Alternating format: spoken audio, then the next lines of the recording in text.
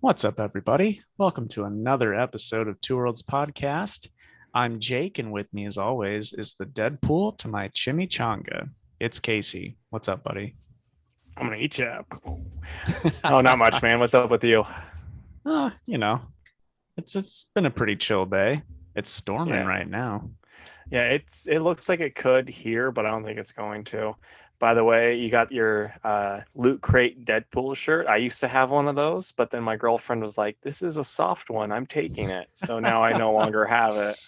Yeah, I feel that. And it was the inspiration for I know it says tacos, but when I read the Danny Way Deadpool series, which is the best one in my opinion, he was always more obsessed with chimichangas. And Yeah, I let you be Deadpool because I think you're I have funnier a than me. face that looks like hamburger. Is what you're trying to say? I just said it's because you're funnier than me, but okay. Okay. You need a confidence boost, I buddy. know, man.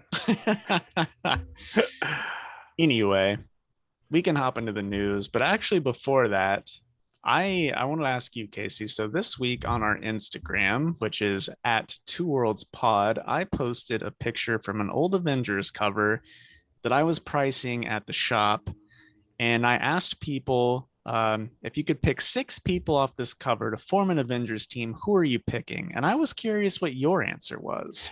Yeah, I saw that. It's funny. My dad actually has that comic because I've Nice. seen that before. So like, It's a there's been cool multiple cover. times. It is. It's one of those ones that's like easy for me to be like really into off just right off the bat because it's like, oh, I get to choose things, but then you Right. really don't. But I'm gonna pull it up really quick so I remember all the people. I know Rom the Space Knight would be on my team for sure. Like no one's buying this book, but Rom the Space Knight will be there. Hulk, She Hulk, Ooh, two and Hulks. yeah, two Hulks, one comic. Doctor Strange, Wolverine, and Daredevil. Okay. Yeah, it's gonna be a wild time. They're not gonna get much done, really. Right. I think for me, I'm gonna go Invisible Girl, Wolverine, Surfer.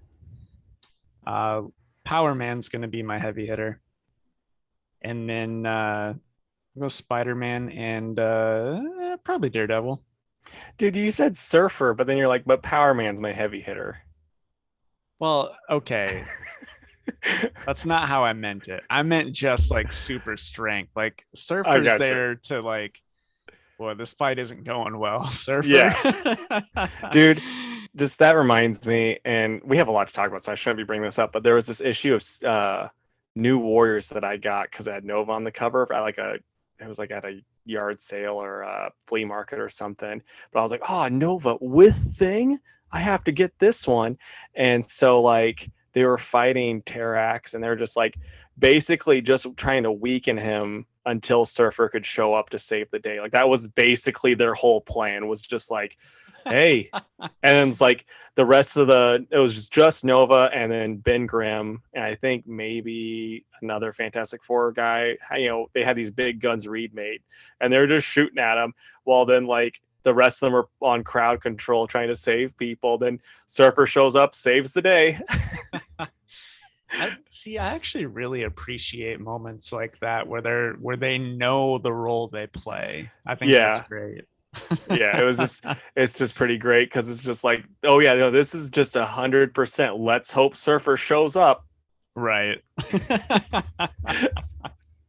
It's see that's why DC makes it a little easier because anybody that's close to Superman just has to like whisper, Clark, and he's there. Yeah, And that's like always yeah. one of my favorite moments. But anyway, we do have a lot to talk about, so let's finally get into the news. And I know that you have a few more than me, Casey, so I will let you get to it.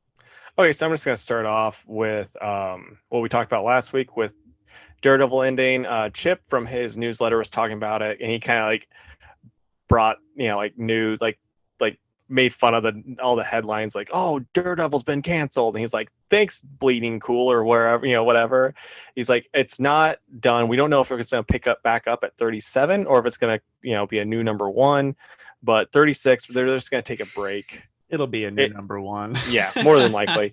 But it's just like they still have a lot of stories they want to tell, but I get like the way it sounds, it's like gonna be a giant size, 36, and they're just going to take a break for a couple months, then get back into things, which is really exciting. And also in that newsletter, Chip announced that he's going to get to write his first Star Wars story. It's co-written by Jason Liu. It's going to be a Star Wars Adventures, so it's through IDW, and it's going to be a Lando story. So should be pretty fun. Chip writing Lando is going to be a great time. Yeah, that is cool. I've not gotten into Star Wars Adventures, and they've done a lot of, like, a handful of series at this point, but Star Wars Adventures is like the all ages Star Wars books. That's what I was figuring whenever it was that. I still think it's so weird how like Marvel publishes most, but then IDW's got some. Don't know how that works, but I don't know. They're treating IDW like an imprint, which is funny. But yeah, if you have a kid that loves Star Wars and needs like something to read, the IDW Star Wars Adventures is chef's kiss. Yeah, and since I do have a little bit more than you, I'm just gonna roll right in the next one. I want to get your opinion on this, like just your excitement level, because you're the He-Man man of this group. There's a new He-Man show coming out. It's gonna be more. It seems way more kid friendly than the Kevin Smith one. It looks like it's all CG. They got like the ridiculous body proportions. Like, have you seen anything for it? Are you excited? Are you not excited? I haven't seen that. But if it's not like too kiddie, then yeah, I'm excited for it. I'll give it a shot. But I hadn't heard this until you had mentioned something about it. Yeah, like there's people on Twitter talking about it, and then like, I mean, I didn't see, like, I follow a lot of like people that are like, oh, well, a bunch of man babies are just gonna hate it off the top now. And then other people are like, why do we get more He-Man? Why, like, so there's no one that was actually like genuinely just excited about that. We could, I could see their response, but right. I mean, I don't like the animation for it, but it's one of those things where it's like, if they get like someone, like the writing in it is good, it could be a hit. I mean, like Sonic Boom was really stupid, but it had jokes every once in a while that were actually pretty funny. If it had stuff like that going on, that could work especially with He-Man. I agree. I think Sonic Boom is a perfectly acceptable comparison. So I just Googled it while you mentioned that. I like how Skeletor looks, but overall, yeah, I'm not a huge fan of it. And also, I don't like that Orko is a robot. I think that's weird. Yeah. But, I hope it's good, because sometimes you get Sonic Boom and sometimes you get Thundercats Roar. So yeah, hopefully it's more of a Sonic Boom. I mean, and I didn't watch the whole trailer or anything like that, so I don't even know if there was a whole trailer. I just saw that this was a thing that was happening. So I mean, like, if they're still making it like a sword and sorcery fun adventure, unlike with the Thundercats one where it was like, oh, we're just trying to do Teen Titans Go again, where this, like, if they try to actually make it like basically like what He-Man was to begin with, it could easily work just with like humor, more adult humor thrown in for the parents that have to watch it with the kids. Right. Who are forcing their kids to watch it with them. Yeah, pretty much. All right. So they did like the top 200 comics and graphic novels that were ordered in July. And I just wanted to mention like the top 10 of graphic novels and single issues because I thought it was neat. So for graphic novels, number 10 is The Savage Sword of Conan, the original Marvel Years omnibus. Number 9 was Symbiote Spider-Man King in Black. 8 was Avatar The Last Airbender Suki Alone. Number 7 was My Hero Academia Volume 10. Number 6 was Loki Mistress of Mischief. 5 was History of the Marvel Universe. Number 4 was The Invincible Compendium Volume 1. 3 was the Marvel Masterworks Fantastic Four Volume 1. Number 2 was Firepower by Kirkman and Samney Volume 3. And the number 1 made me happy. It's Star Wars Legends Old Republic Omnibus Volume 1. So I'm glad that some Dark Horse Star Wars got the got the love there. Any of those surprise you at all? I mean, honestly, most of them, none of them like are what I would have picked out, except for like I always hear how like My Hero Academia and like other mangas are actually outselling comic books. So like that one, I wasn't too surprised. I wouldn't have been surprised if like One Piece would have been on there and Dragon Ball and all, you know, like all the other staples of mangas were Right. on there. But yeah, no, I mean, it's for the most part, it was all surprising. Right Did you read on. that Avatar one? I did. Yeah, it was really good. Good. Those comics are great, man. If you love the show and like want additional content, then those comics are perfect. All right, and then the top 10 uh, ordered single issues. Number 10 was Amazing Spider-Man 71. Number 9 was Star Wars Bounty Hunters, Jabba the Hutt. Number 8 was Star Wars High Republic, number 7. Number 7 was Star Wars Bounty Hunters, or War of the Bounty Hunters, number 2. 6 was Skybound X, number 1, which kind of surprised me, but was neat because that actually sold pretty well at my store too. Number 5 was Mom, aka Mother of Madness, number 1, which is the image title that Amelia Clark from Game of Thrones wrote. Number 4 was Sinister War number 1. 3 was Extreme Carnage Alpha number 1. Number 2 was Moon Knight number 1. And number 1 was X-Men number 1. You'll notice that this was all through Diamond, so there are no DC I titles, gotcha. and I am curious what those numbers are as well. But unfortunately, this report is just for Diamond. Yeah, I was surprised Jabba made the top 10, I'll be honest. You know, I'm not, because people were like trying to sell that thing for like $20 after it came out. And I'm like, I mean, okay, sure, but also like everybody ordered this book and clearly like it was the number 7 most ordered comic. So why are people trying Yeah, to sell it for $20? Because clearly enough were printed. But yeah, that is that's just the state of comics right now. ridiculous. But anyway, I love seeing Moon Knight at number 2 because as we'll find out later, I am loving the series, so I'm glad the first one sold well. Me too, man. So, Walter Mosley, in parentheses, an acclaimed novelist. Where I read this, it was on their Marvel website, so they didn't like list out the novels. They were just like, he's acclaimed. Is gonna write The Thing this November. It's a 6-issue miniseries. Tom Riley is on the art. I'm so excited for a Thing miniseries. I hope it just becomes like a series instead. Like, I hope everyone just like, yes, give us all of your Thing. And then Marvel's like, you want it? Here you go. I think that'll be one that, like, no offense, Casey, probably won't get more, but will like sell well enough. Yeah. I mean, a guy can dream. That's all. Absolutely. And another little small one from me. Jonathan Hickman confirmed that he is done with X-Men after the upcoming Inferno event. So it sounds like it'll be Substack only from him.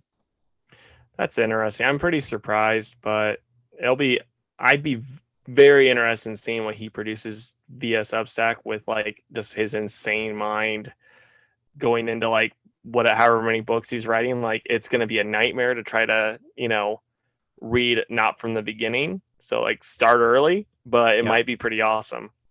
absolutely. So Entertainment Fish reported that Kate Bishop, aka Hawkeye, aka Hawk Guy, and Lucky the Pizza Dog are going to be back in comics. It's going to be written by Marika Nijkamp and art by Enid Balam. It's set to be released in November. I don't think it's a mini series. I don't know if it's a mini series or a full-time series, but I'm really excited. I've loved that character since Matt Fraction's run. So like, she's just now, it's like kind of like anytime she gets a book, I'm going to be reading it. So I'm going to have to check that out. And oh, you have something to say about that, man? Well, yeah, just that I hope that it's as good as when Matt Fraction did it, which is a tall order. But I just want those characters to like stay awesome in my mind from that series. Yeah, well, I mean, I really liked her. like basically maxi series that came out like a couple years back. That was really good. It was a lot of fun. So if it can just stay that level, it'll be fine. And that number one from that series, which is that cool yellow cover with her standing on it, is like $25 right now. Why? It's her first solo series. Oh, okay. So the Eternals trailer came out. It got Galactus trending on Twitter because people saw a Celestial and they're like, "Oh, it's Galactus." Is that really it? Because I watched the Yeah, trailer and I'm like, I don't get why Casey said this in the yeah, notes because that's not Galactus. yeah. No, it was like I was like, I mean, it's really cool seeing it in the trailer. Like I thought the trailer was kind of lame in general, my personal opinion, because I don't care about the Eternals. But seeing the Celestial was awesome.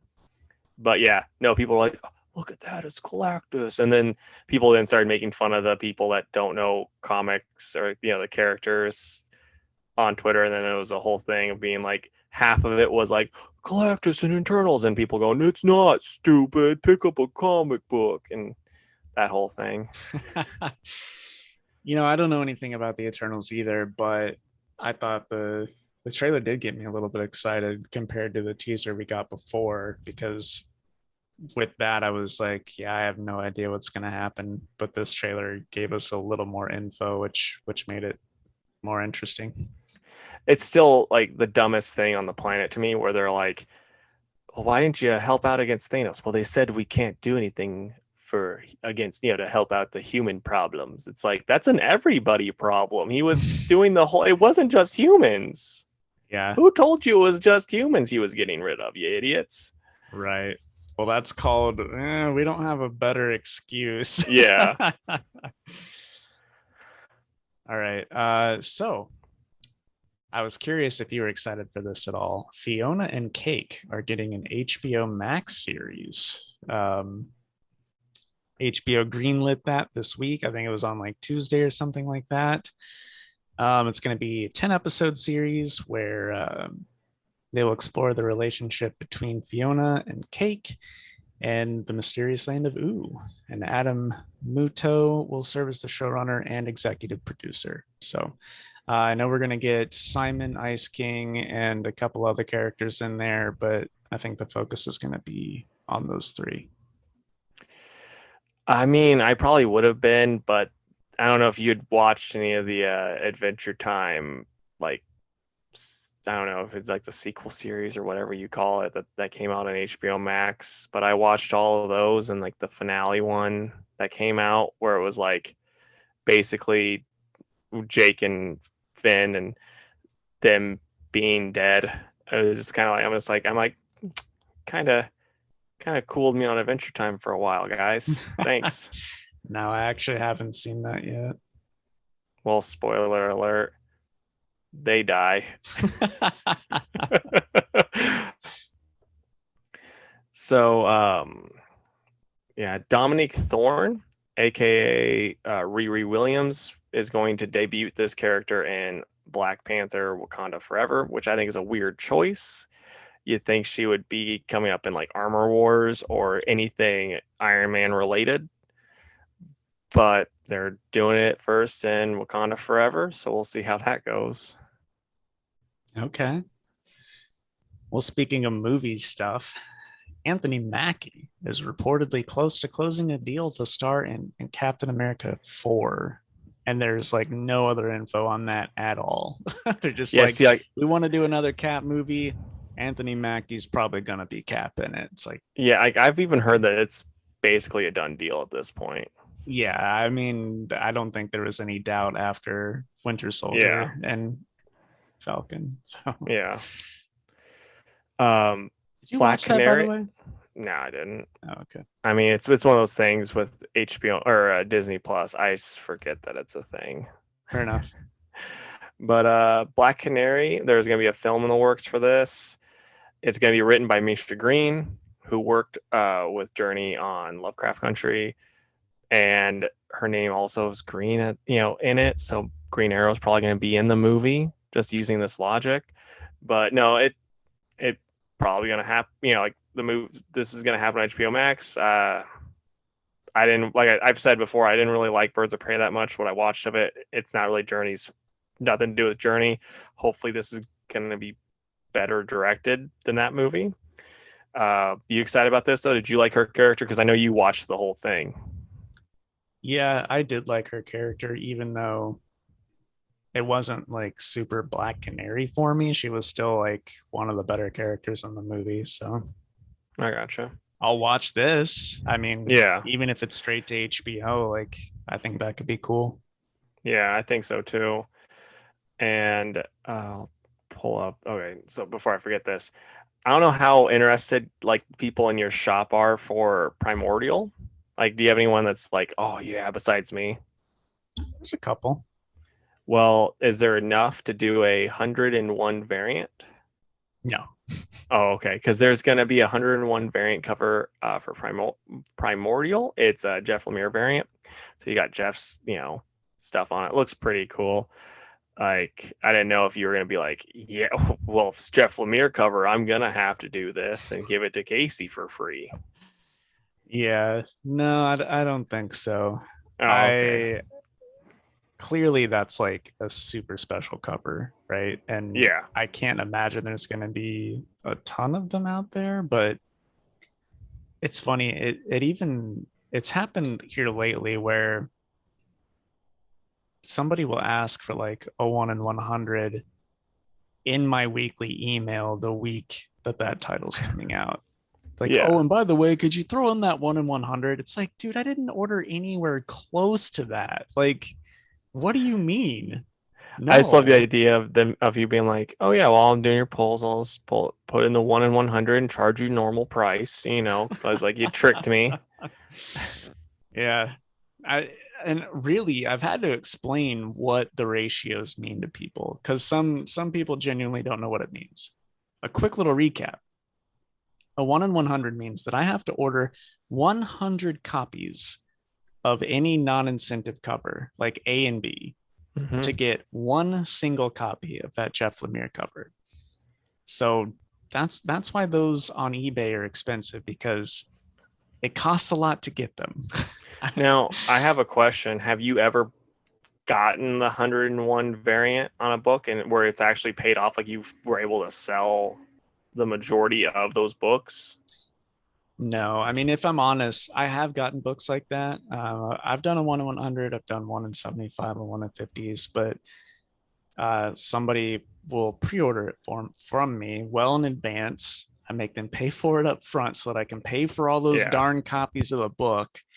And we work out a deal where I make them buy like 15 or 20 copies of the I comic as gotcha. well, because you got to realize that shops only have limited space. They can't just keep Hmm. 50 copies of a book because somebody wanted that one variant. Now, one other question, then we can get off this, but if you get the 1 in 100 variant of this book, but he has like variants for like I don't know however many tiers up to it, would you get the variant for all those tiers, or is it just like now you just get the 1 in 100? No, you do. You'd order 4 1 in 25s, 2 1 in 50s. Uh, but you still have to, like, you don't just get them. Like, you have to still order the book and pay cost to get those. Yeah, So, no, I got that. I just wasn't sure if they'd be like, oh no, you don't get four of the 25s and two of the 50s and 10 of the 10s and all that stuff. You just get you choose. I didn't know if it was like that or not. no, you can get everything leading up to that. Okay, well that's good at least. Yeah. All right. So, Charles Soule is going to continue the War of the Bounty Hunters story in a 6-issue miniseries called Crimson Reign. Because I guess a 30 comic crossover just wasn't enough to get this full story out. I mean, you excited No. for some Crimson Rain? Nope, nope, nope, nope. As you'll find out shortly, I think I'm pretty much done with this crossover. That's too bad. It How's is. I don't blame Charles Soule for it.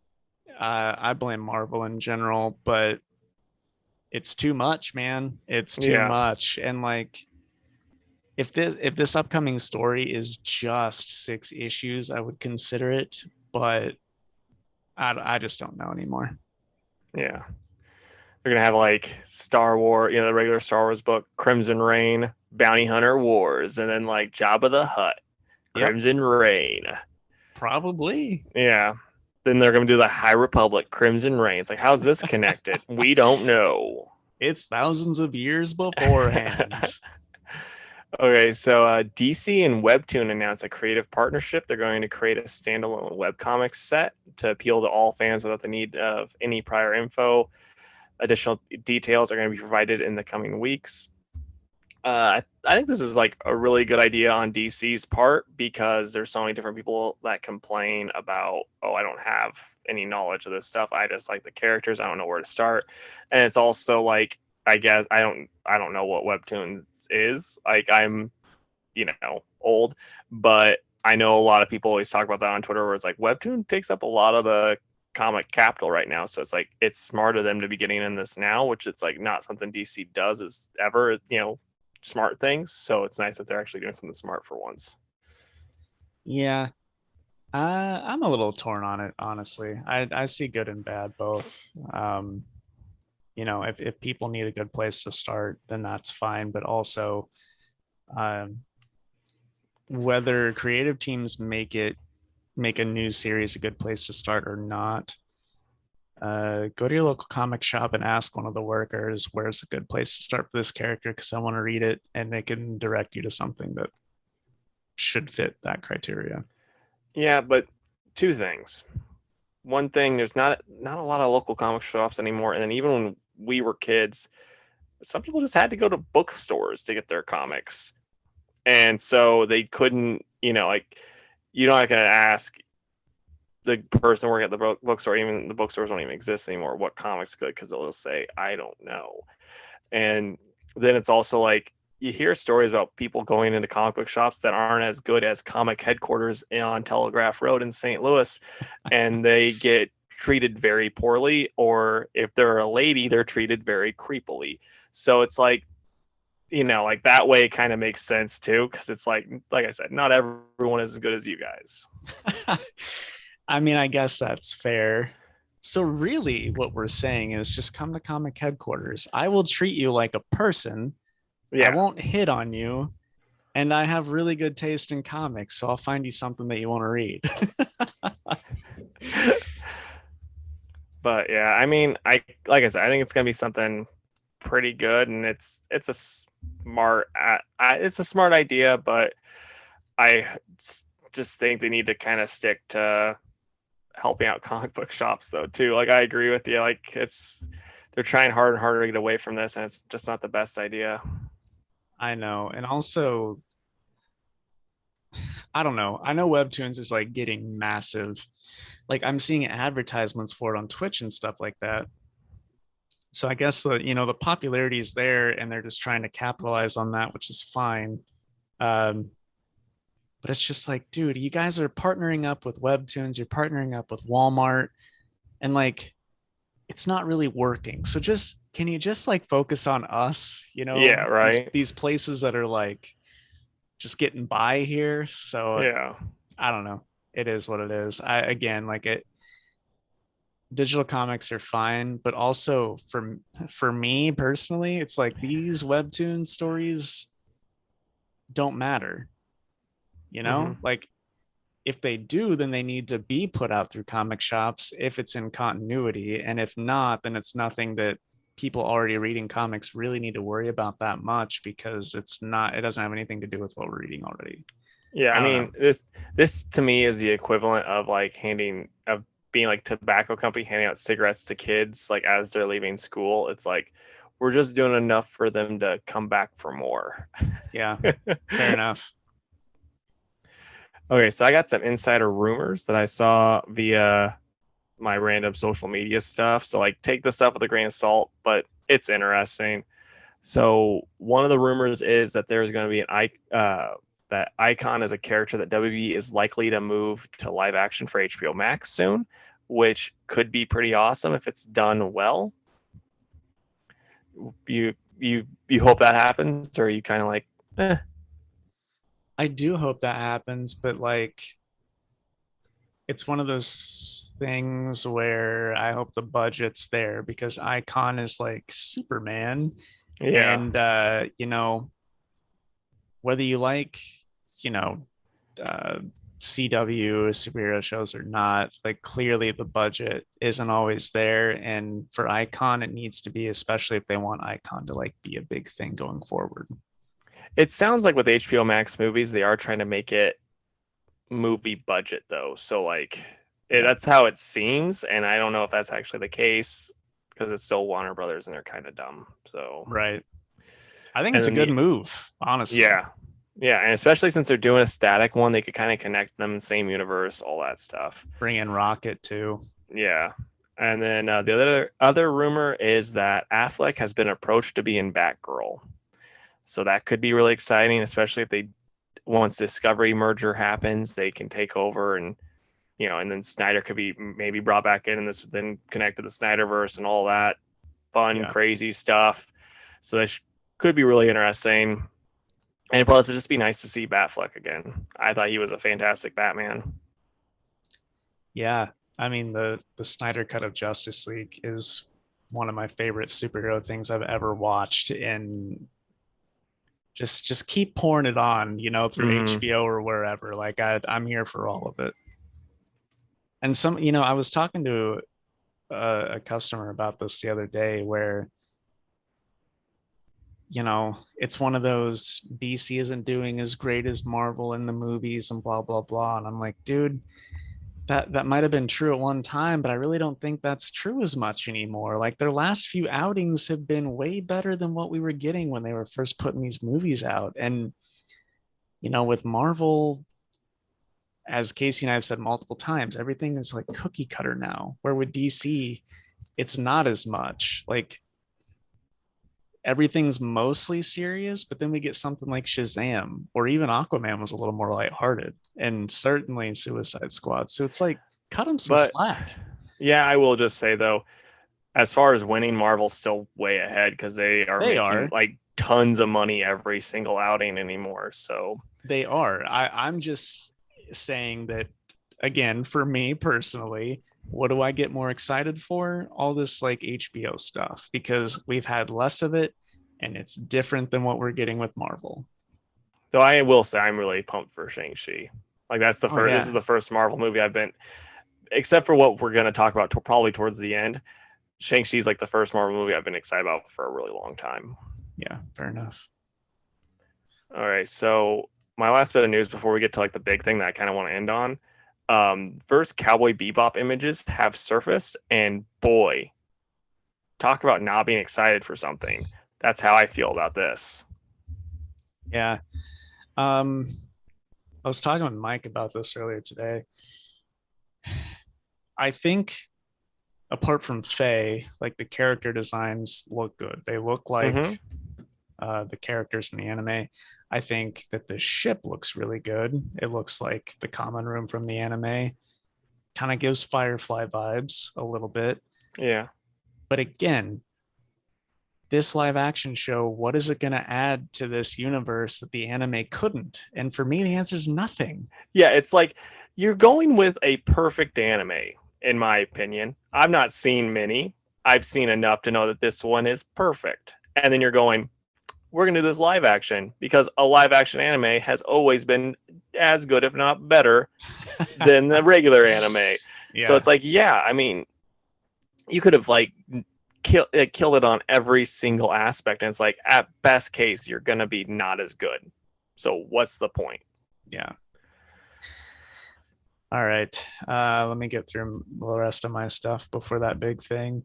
So, uh, I'm sorry about butchering this name. I Yasser forgive you. Lester, who worked on Black Monday, is set to write the Armor Wars show for Disney Plus, and Don Cheadle will be the voice of Rhodey in that, and I guess will be like a big part of that. So he's just the voice, so it's an animated thing. I thought it was live action. Is it?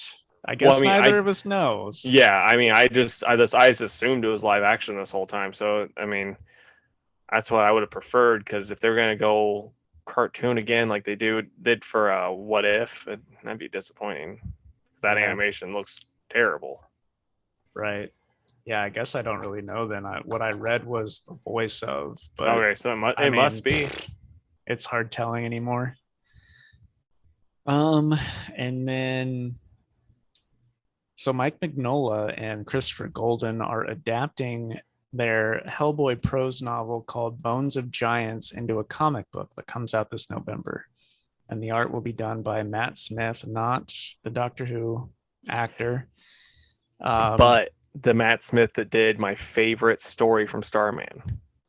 Oh, well, there you go. That's a fun fact. And apparently this story mixes Hellboy and Norse mythology. So, boy, if you can imagine, Jake's pretty excited for this one. Yeah, I bet. Yeah, it's going to be cool. And then finally, I was doing the FOC order for DC this past week, and I think I really missed this announcement, but there's a series coming out called Titans United. I had no idea this was a thing. It's going to be written by Kevin Scott, who does High Republic. And then the art will be done by Jose Luis.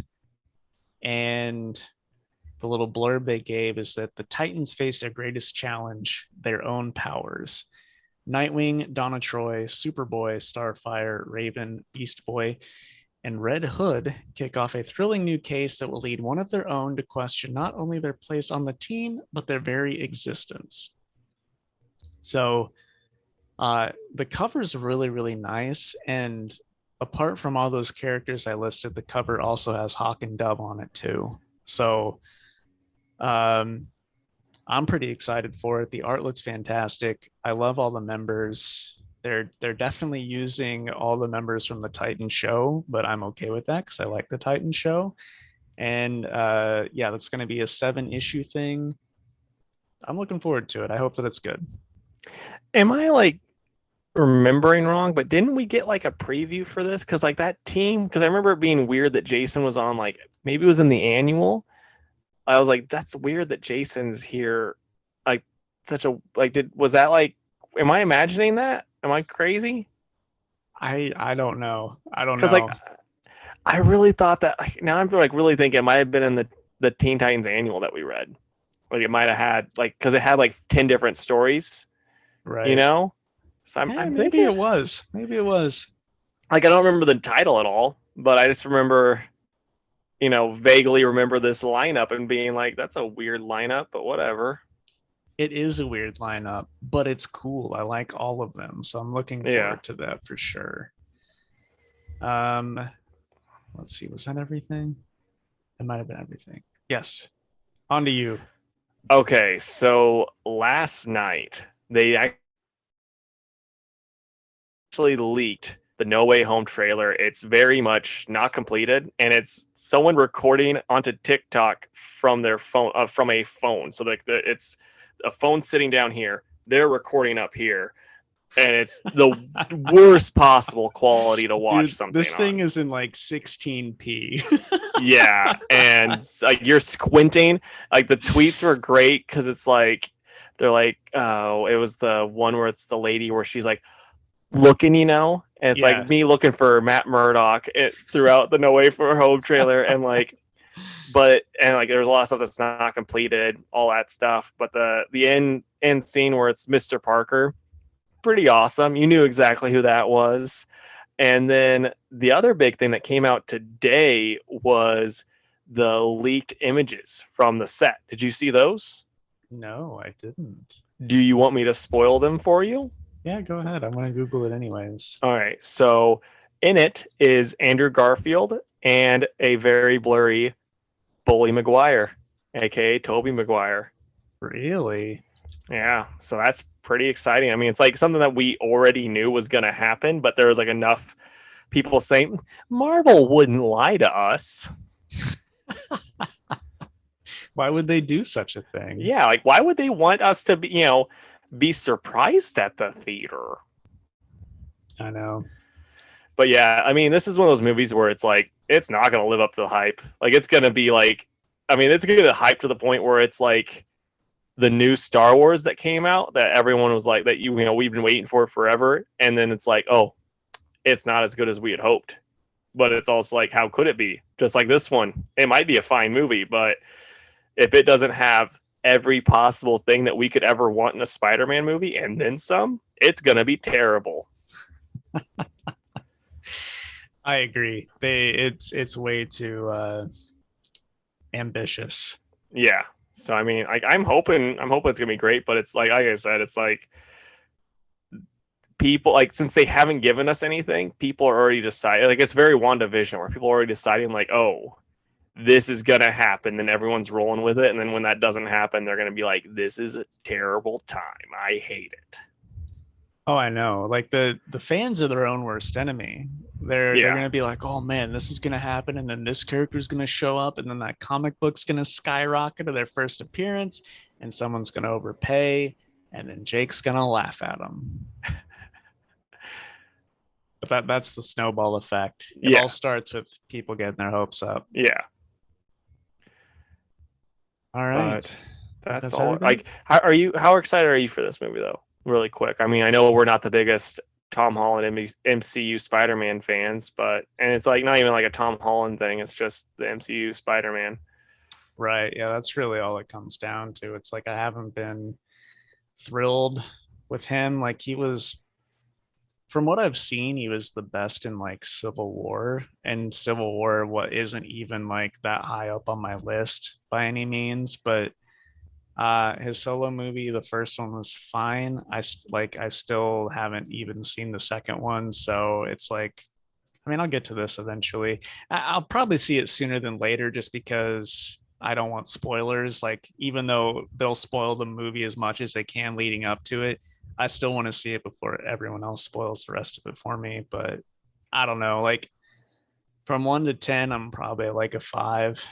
Yeah, see, like after seeing the Bully Maguire and Andrew Garfield stuff, I'm probably an 8 right now in excitement, even though I'm probably gonna be disappointed, but whatever. I'm here for the ride.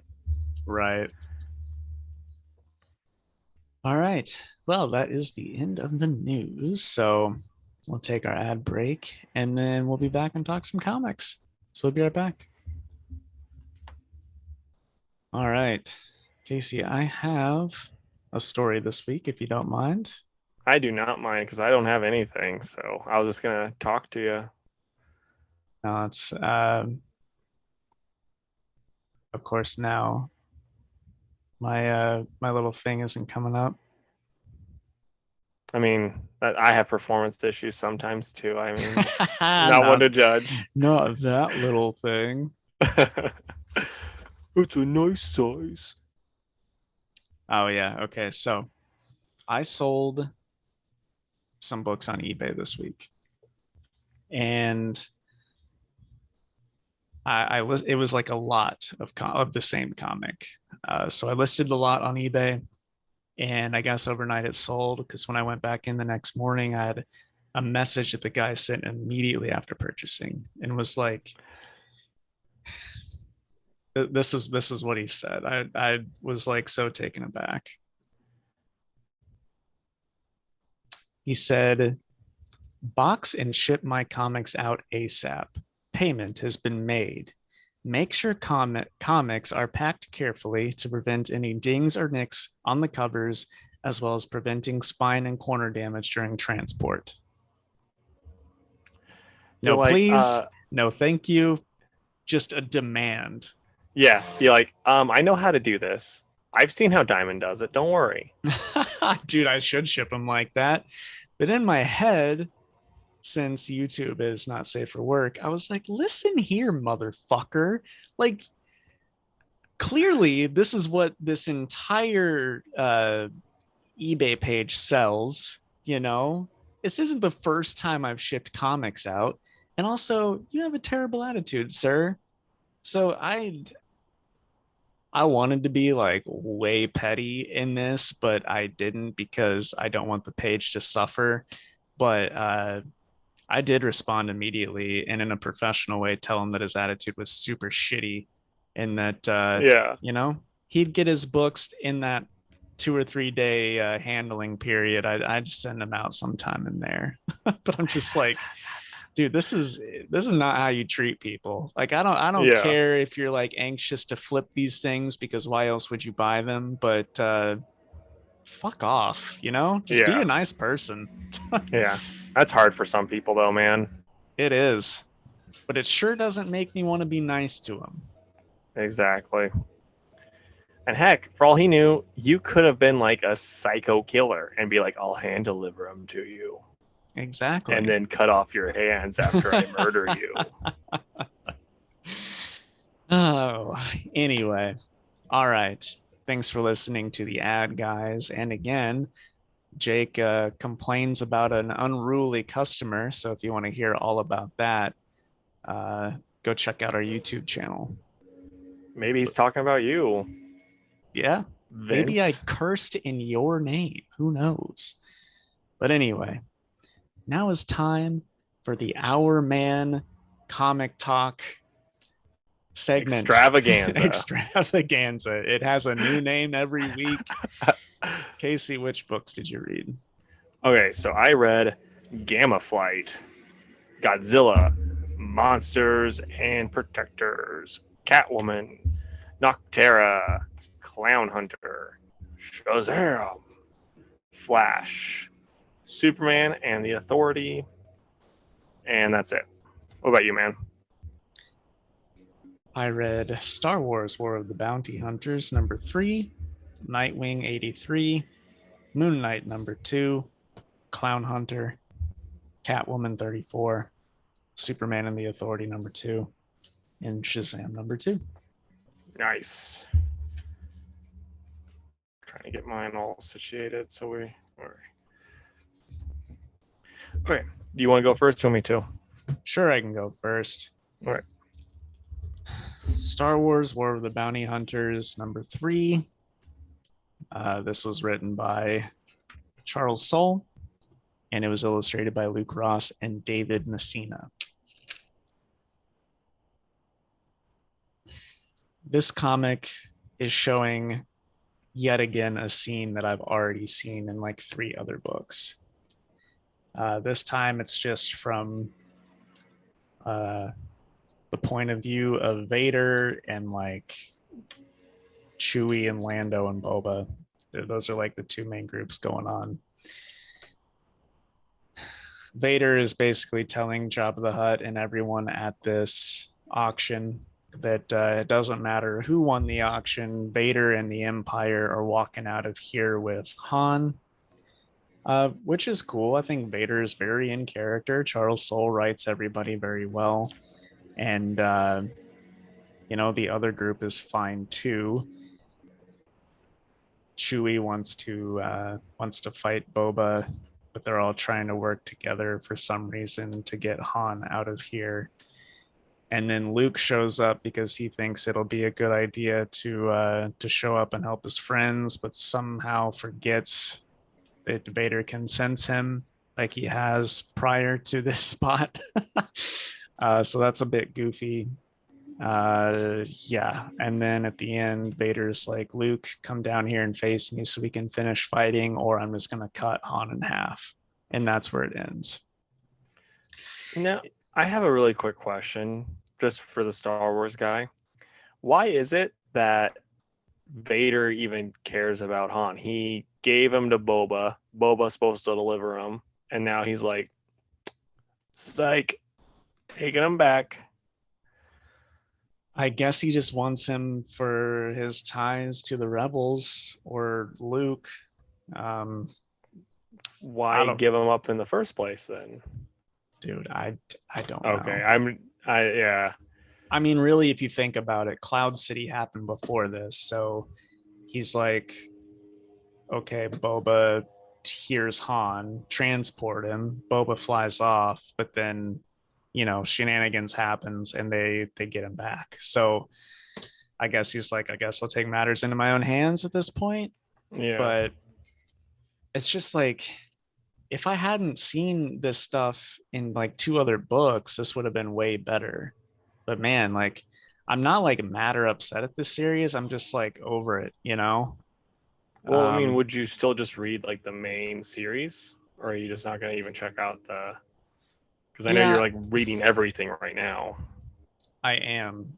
And here's the thing, in the back is the checklist. This is what we have to left. That's crazy. Yeah. They have this going through October, man. And it might go past that. Who knows? But it's like, dude, I'm not reading one, two, let's see, that's 12 more comics about this. And then the Yeah. 6 issue miniseries after this. It's like, dude, give me a break, Marvel. Marvel just, I mean, this is molestation, man. It's crazy. Every event has to be a $500 endeavor. Well, it's called an event for a reason. It's craziness. Yeah. I don't know. Like the issue is fine overall. I guess, I give it like a 5 or a 6 out of 10. I'm done. Yeah, I got you, man. Okay, so next up, or actually first up for me, is Gamma Flight by my best friend Al Ewing and Crystal Frazier, with Lan Medina on the art. And I'm gonna say something surprising. I liked it. Wow. This is like a very puck. Like this is a thing though. If you're reading this because you're like, I like a team book, don't read it. Al Ewing does not know how to write team books. This is a puck heavy issue, which it's nice because Puck is the best character in Marvel, let alone in this book. Like he's just super cool. Al writes him really well. I was like, I half expected him to be like making him go, boo hoo, I'm short now. I wish I was tall, and make him like really just a sad sack character. But no, he writes him really fun. He writes, there's a lot of little things that like he starts off going, talking about all the different cool stuff he's done. He's like, my name is Eugene Judd, and I was transformed. When I was a boy, I wanted adventure, and I set out to look for it, to see all there was to be seen in the world. I fought in Spain and in space. I've hunted gods and caged demons. I've been a wanted criminal and Canada's national hero. I've lived and I've died, and I've seen hell and the hell below that. A life like mine, it changes a man. I'm like, that's great. Fantastic. But then like as far as focusing on the other characters, they don't do a good job of that. And then like it'll cut back to the doctor, who's also with Rick, whose body is connected to like a little kid. It's weird. And she is the doctor lady, she's transgendered. And if you forgot from the last issue where a character made, an idiotic thing, said an idiotic thing, you'll remember from this one because she brings it up again, because Al Ewing has to remind you every single chance he gets that this character is transgendered. And this one was like really kind of off-putting this time because like the monster can't communicate properly because Rick and the little boy are connected. And so she's like, I want you to toss this ball from one hand to the other. He's like, I'm not a kid. I know. When parts of my mind won't work together, I give it something simple to focus on, because this is what I did when I was transitioning. And it's like, ow. Like maybe I'm like looking at this wrong, but it's like transgender people aren't monsters. Like stop comparing them to monsters. Like maybe if like you're reading this and you're transgendered and you're like, no, this is fine. It's like he actually wrote this really well, and maybe I'm just looking into it too well. Like I'm just like, man, this is like pretty stupid. But other than that, this is like actually the best series that Al's written in a while. But all in all, I'm gonna give this a 7 out of 10 because I had very low expectations and I actually really enjoyed it. It's puck heavy, so if you're not a puck fan, get your brain checked. But it's just like, if you want a team book, don't read it because Al does not know how to write teams. All right. Next, I will talk about Nightwing 83, which is written by Tom Taylor, and the art is done by Bruno Redondo. This book, yeah, I don't know how I feel about it. The art is really good. Also, Casey, are your docs okay? Yeah, she's just crazy. um, sorry. So yeah, spoilers by the way. Dick finally, I guess, just reveals just how much money he got from Alfred. Dick's a billionaire now, which I thought was like billions is what he got from Alfred. And I expected maybe like $1 million or something, but Dick's now a billionaire. And he talks with like all of his friends and all the different teams he's worked with, and goes and talks to Superman about these ideas that he has, and then holds a press conference and is like, hey, uh I have $1 billion and I don't feel good having that much money, so I'm gonna just give it all away to Bloodhaven through various projects and whatever. And basically, anytime you've ever talked to somebody and they were like, oh man, if I had $1 billion, I'd change the world and this is how I'd do it. This is exactly what Tom Taylor's doing, but in this book and with Dick Grayson. It's like, okay, dude, like none of this is like practical. And I guess you can do it here because it's a comic book, but it's like this is just Tom Taylor being that guy from college that you ran back into. And he was like, oh man, if I had $1 billion, this is how I'd fix the world right now. It's like, we're going to get that with Sonic Kal-El too. You know that, right? probably, because in this book, when he's talking to Superman, which like the character moments are good. Mm-hmm. Tom Taylor's a fine writer. But Superman's like, oh, by the way, I might be leaving for a while, and a lot of burden's gonna fall on my son. I would appreciate it if you could give him some guidance if he ever needs it. And Dick's like, if you think I'm the person to do that, then I'd love to talk with your son, and all that's fine. And it was a really cool moment in this book.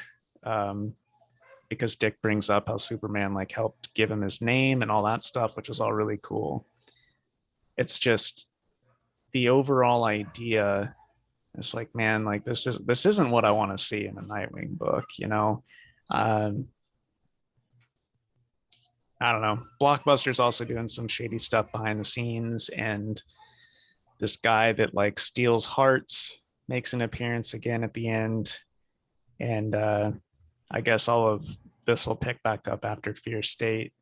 But it's like, dude, just give me like Blockbuster trying to take over Bloodhaven and wrap up this whole Dick's got a surprise sister thing that I don't think is that great either. Don't give me the I'm going to change the world because I'm a billionaire and I know how it would go down. Like, if that were going to happen at this point, I think it would have happened personally. Yeah.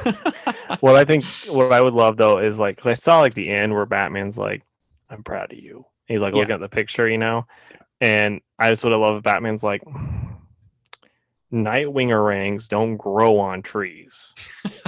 I don't have any money right now. This would have been very helpful for both of us, just to give us some and so we can keep saving the city. But no, you're giving it to charity. Well, and one of the people Dick talks to is Lucius. It's like, hey, I know you've got all of Bruce's money. Here's what I'm gonna do with it. What do you think? And Lucius is like, I think that's a great idea. Yeah, he's like, that's great. I don't care. Yeah, I have a bunch of money. I'm not doing this. Right. So I don't know, man. It's just like it's a fine read, but if this is gonna be the focus, I don't know.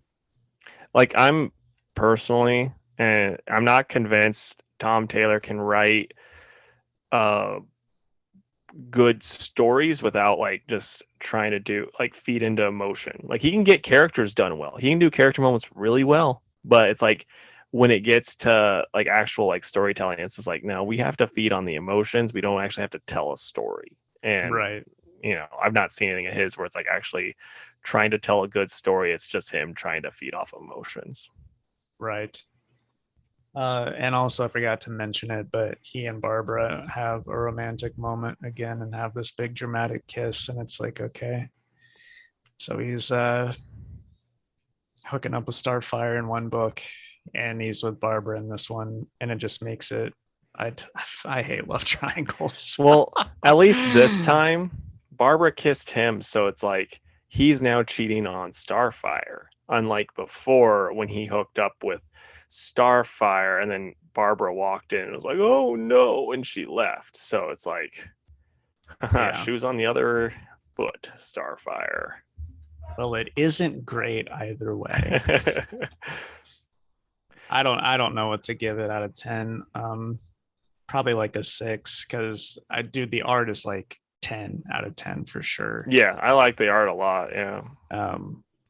It's just I need to see where it's going, and I'm getting less and less excited with each issue because he's either stupid and like gets knocked out and has his identity revealed to everybody, or he's like, if I had $1 billion, I could fix the world. And it's like, gosh, is this really even that much better than Rick? What I will say one thing, I'm very disappointed that he wasn't like, there was one whole issue that Tom Taylor didn't make it go. Does Nightwing go, if I had $1 billion? He like looks at Barbara, I would buy you a house. And then he just does the whole Bare Naked Ladies song. Yeah. It'd be a pretty rad issue. It would. Just like that'd be like the filler issue. Like, why did I read this? And why am I giving it a 10 out of 10? Okay, so next up, I have Godzilla, Monsters and Protectors. And this is number 5. It's Rise Up, Part 5. And it's by Eric Burnham with Dan Shuing on the art. And I just want to show the cutest boy. Yep. On the cover. The dogs are going crazy just for his cuteness. But yeah, you got baby Godzilla on the movie cover, which is just great. The story itself, again, it's just fine. Like there's nothing about it that makes me go like, oh boy, I can't wait for the next one. But you get some Biollante fighting Godzilla, then you have them kind of make a mental link with Godzilla to show that, oh yeah, the Earth is in good hands. You don't have to kill us all. And Godzilla's like, okay, but you better keep your word because I can come back at any time and murder you all. Right. And they're like, okay. So, and then there's some, hints of aliens at the end. And that's how it ends. And it's, like I said, it's perfectly fine. I'm not a huge fan of this art. And that's kind of like what throws me off the most. These fight scenes could be a lot cooler with different art. But yeah, for the most part, I'm just going to give it, it's fine. I'm going to give it a 6 out of 10. Okay. The last of the ones I read by myself is Moon Knight number 2. And this was written by Jed McKay and art was done by Alessandro Capuccio. And yeah, overall, like I said, I'm digging this. This guy comes into Moon Knight's like business or whatever. He's like, hey, I was attacked by a bunch of elderly vampires. He's like, but I didn't want to fight them back because these are all people from my building and one of them is my mother and I know them and I don't want to hurt them. And they were also all saying the same thing at the same time, like the weird hive mind thing. So Moon Knight's like, yeah, okay, I'll help you out. So he goes with them to his building, and the janitor has some sort of psychic powers, and he was projecting that to all the elderly people in the building through his sweat, which is kind of gross because he said that he was slowly just adding his sweat to the building's water supply, and old people, I guess, have like a low tolerance for that sort of thing. So that's I don't like that at all. Yeah, nobody does. But anyway, eventually the guy gets the kid who initially came to Mark about this problem under his spell too, and he's holding Mark at gunpoint.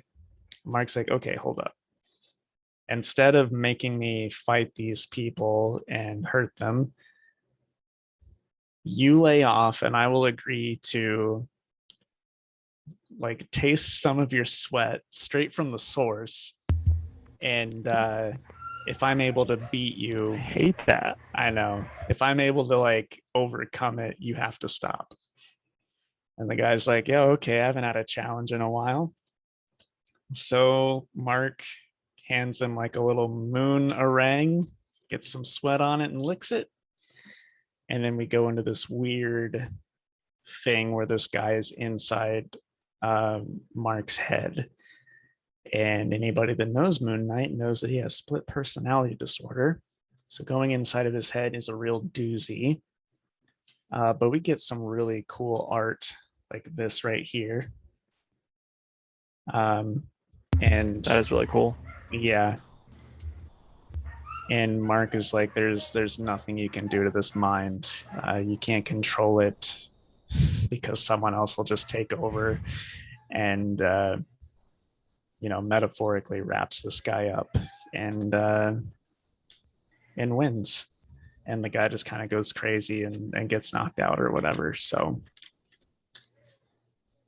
yeah, saves the day. It was kind of a filler issue, but then at the end we see that new character again who's like wants to be Khonshu's, left-hand man or whatever. And I think he's finally going to introduce himself to Moon Knight the next issue. But despite the weird like drinking sweat stuff, like this, it was a really cool issue. The art's good, and the vampire aspect is pretty neat. Like Mark's receptionist is a vampire. It's just cool. I really like it. I'm gonna give it a 9 out of 10. Nice, man. What would have made it a 10 out of 10? I know we're timed, but who cares? The sweat thing's goofy. I gotcha. Like it wasn't like so dumb that I'm like, ugh, like this issue is just weird. Like it's just kind of like, oh, that's gross. But if that's how he can do it, then that's how he does it. I gotcha. All right, so I should have 2 books left. I should have like done the math in my head when we counted, but whatever. So Nocterra number 6, this is by Scott Snyder and Tony S. Daniel. This issue's like kind of, it's fine. Like you get more stuff kind of figuring out that, oh yeah, the old dude's betraying them. There's some really cool action scenes in it. That's like, the action scenes themselves are cool, but there's like every once in a while a few scenes where like Nocterra kind of looks silly, but throughout it's still pretty awesome. There's a lot of like crazy murder scenes with the monsters, and then it ends really cool. And it's pretty fun. I'm not a huge fan of like the storytelling where like Nocterra is telling this story, so she's gonna make it out alive, at least to a good, until she gets to the part where she's telling the story, then she might die. But you're not that worried about her yet. And so like that's not my favorite way of telling a story, but other than that, it's really good. The story's solid, the art's good. I'm gonna give it a 7 out of 10.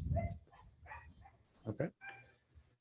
And then my last one between us is, or without you, is The Flash. And this is very much just a filler issue. You get, picking up where the last one left off with old versus by Jeremy Adams and Will Conrad on the art. The art's fantastic, and you got Heatwave burning down stuff, and Flash finds him and he's like, hey, why are you doing this, bud? You were a good guy. And he's like, oh, I'm dying. And he's like, oh man, I'll get you some help. And it's very much like that Justice League Unlimited episode where he just sits down and talks to the trickster instead of beating the crap out of him. It's very much the same vibe, which is perfect. I loved it. And then at the end, Waller's like, hey, let me put a bomb on your neck and you can come work for me. And he's like, oh boy, will I? And so then he's going to be in Suicide Squad. So in all honesty, I love this issue. It's a 10 out of 10 for me. The art's great. The story's great. Like the people that work with Mr. Terrific are kind of numbskulls. Like that's the one downside to this whole thing is like they're like talking like, man, we need something that can conduct electricity really well. The aluminum's just burning up too quick. What could we use? And Wally's like, well, you could use copper or silver. And it's like, that's basic level stuff. Like Mr. Terrific needs to hire better people because that's basic. I knew that, and I'm not that smart. But other than that, this is a great book, and I'm really excited for the next, however many issues this is gonna be going on. So yeah, like I said, this is a filler. So Jake, jump on the next one. You'll like it probably. Okay. I say that, and the next one's gonna be like the Wally West washes cars in a Speedo all day issue. Dude, you explaining that I'm just thinking of that episode now, and Trickster going, "Got me again, Flash." Yeah, like it wasn't that funny, but it was very much like, hey, like he put out the fires and he's like, hey man, what are you doing? This is not you blowing people up, killing kids. That's not something you do. What's going on? I know how you are. This isn't right. Yeah. And he's like, you're not okay, are you? And he's like, no, he's like, okay, I'm gonna take you. You're gonna go to prison, and then I have a doctor friend that's gonna talk to you and help you get better. And it's like, that's awesome. Batman would have just broke his legs. There's the episode title. Yep. Batman would have just broke his legs. Every time I talk about Flash, we just come up with the title. It's pretty great. All right. So let's do Clownhunter, Catwoman, Superman, Shazam. Sounds good to me. We weren't 100% this time. I had it Shazam, Superman in my layout. All right. So Batman Secret Files, Clownhunter. This is written by Ed Brisson and art by Rosie Camp. I'll be honest, man. I was pretty lukewarm on this. What were your thoughts on it? That's about my feelings. I mean, the art in it, it's really good in parts. Other parts, I'm like, eh. And then like Punchline, I just don't like that character. She's just terrible. Because again, she's like, well, I knew this was gonna happen. So it's like, stop it. Why is she so good? Because she's the punchline to every joke, duh. But yeah, I mean, my favorite part was when Jason showed up at the end. I thought that was really cool, and it also makes like 100% perfect sense for him to be Clownhunter's trainer. But yeah, like I thought it was like a perfectly fine book, but it's nothing that I'd be like, look, guys, you need to read this. Right. If you're invested in the character, check it out. I'll say that. All right. I'm probably going to give it a 5. That's about where I'm at too. I'll say 5.5 because I think I liked it just a tiny bit more than you. All right. So Catwoman, number 34, and this is by Ram V with Fernando Blanco on the art. And what's your initial thoughts, my friend? It was pretty cool. I don't know, like a part of me feels like Batman only helped out because he knew that Selena and this guy kind of had a thing going on. And he was like, well, I can't let that happen, so I'm going to make sure he knows that Batman's the best around. I mean, but I got that. It was fine. I do get that, but I also think like it's weird to me that Batman didn't try to help fight. I know he said he was like, oh, I'm not going to, but it's like, there's a psycho killer. You should help. There's no reason for you not to, man. But I liked it. The only downside, I love this art at times. Like, it's so weird. The action scenes are not the best, though. Dude, exactly my thoughts. I was going to bring this up. Like, faces are amazing. And like even like the parts where like they're not trying to do action, but like then the fight scenes, which this has what should have been some awesome fight scenes between Catwoman and the Hot Topic douchebag, but doesn't actually, like, they don't actually pan out. But yeah, like I still really like this issue, but yeah, it's just like little things throughout that just kind of threw me off. But like this fight scene here should have been 1,000 times better than it was. Yeah, I agree. But Yeah, I mean, outside of that, it's still really well written. Like Rampy's really killing it on this book. I'm probably like odds are I won't keep reading it after he leaves, but right now it's pretty great. Yeah. What would you Out of rate it? 10? It's probably an 8 for me. Yeah, it's I was gonna say I'll say 7 then since you went 8 because I was gonna say 8. All right. Now we've got Superman and the Authority, which is written by Grant Morrison. And I found out how to pronounce the main artist's name this week, Casey. And my goodness, have we been screwing it up royally? It'd be funny if it was like Frank Trotsky. Like, So the artists are Travel Foreman, Evan Cagle, Iko Ossio, and then the man who we've been calling Michael Janin is actually Mikhail Hanin, because oh, I okay. watched an interview where they introduced him. So Mikhail Hanin, who, by the way, is a phenomenal artist. As we always Mm-hmm. say, the art in this book was really cool. In all of the, it's like a different artist per character where they're assembling this team, but Yeah. Hanin's art is the best. But The only anyway, the only art in it that I didn't really care for though was, and I don't know if you'll agree with me, but the Midnighter and Apollo art I wasn't hot on. Like Midnighter looked cool, but it's also hard to make Midnighter look not cool. But Apollo's face just looked kind of wonky at points. I did not like it. he looks like a child, Yeah, honestly. But yeah. yeah, I was you said it perfectly where Midnighter looks amazing and then the rest is kind of weird. But what do you think of the story? For the most part, I liked it. The last bit with Enchantress was a bit weird, and I'm not 100% sure what's going on, but other than that, I liked it. What about you? Yeah, that part was like super weird, but in a good way. Like this is what Grant excels at. Yeah. It was very much a Grant Morrison story, but I liked it, and I'm sure she's going to be really cool when she joins the team. So I'm really looking forward to the next issue. But I'm also like, not even the whole team's assembled, and we're looking at issue 3 out of 4 coming up. Right. And maybe this whole it's like this is part one of the series is the 2 out of 4 that they're going to do Superman Authority, what they're actually going up against. I don't know, but I loved how they got Apollo and Midnighter. It's just like, oh hey, you want to team up with Superman? And they're like, would we? Yeah, I know, right? So I thought that was pretty good.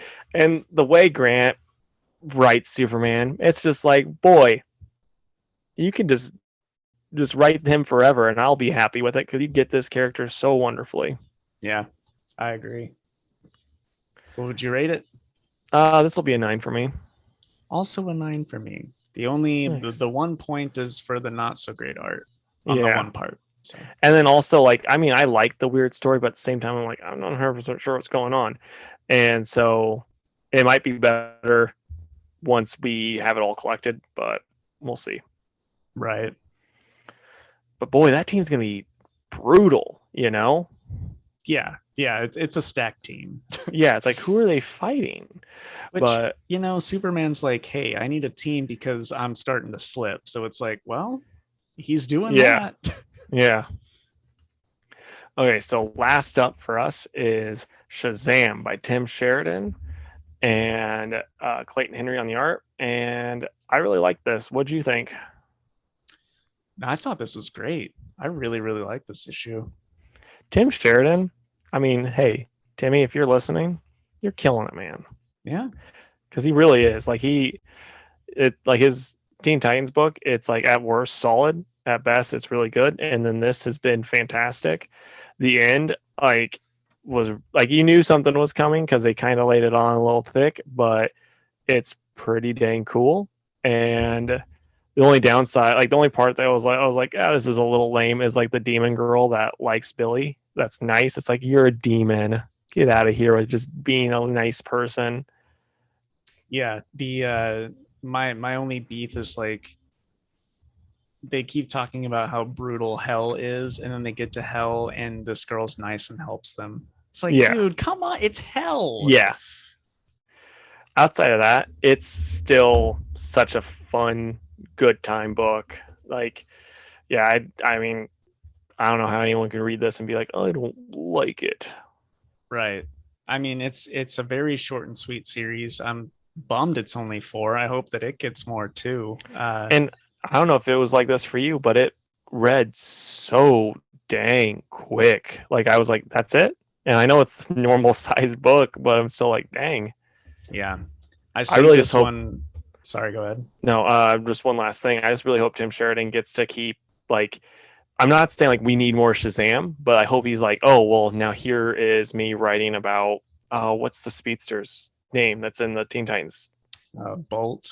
Yeah, like this is me now writing the 4-issue series on Bolt, and I'm gonna flesh out the team this way also.